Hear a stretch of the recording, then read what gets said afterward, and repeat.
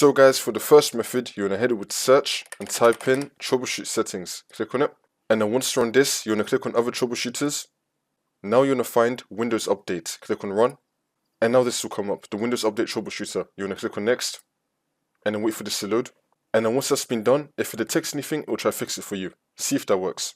If that's still not working, then for the second method, you're going to head it with search again and type in CMD. Now you're going to run it as administrator. And then once this comes up, you're going to click on yes.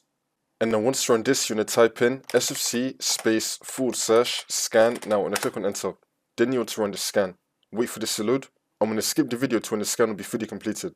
And then once that's been done, you're now going to type in DISM space /online space /cleanup -image space /restore health. Click on enter again. You're now to run this scan as well. Wait for this to load. And then once that's been done, you're just going to restart your computer and then the problem should be fixed.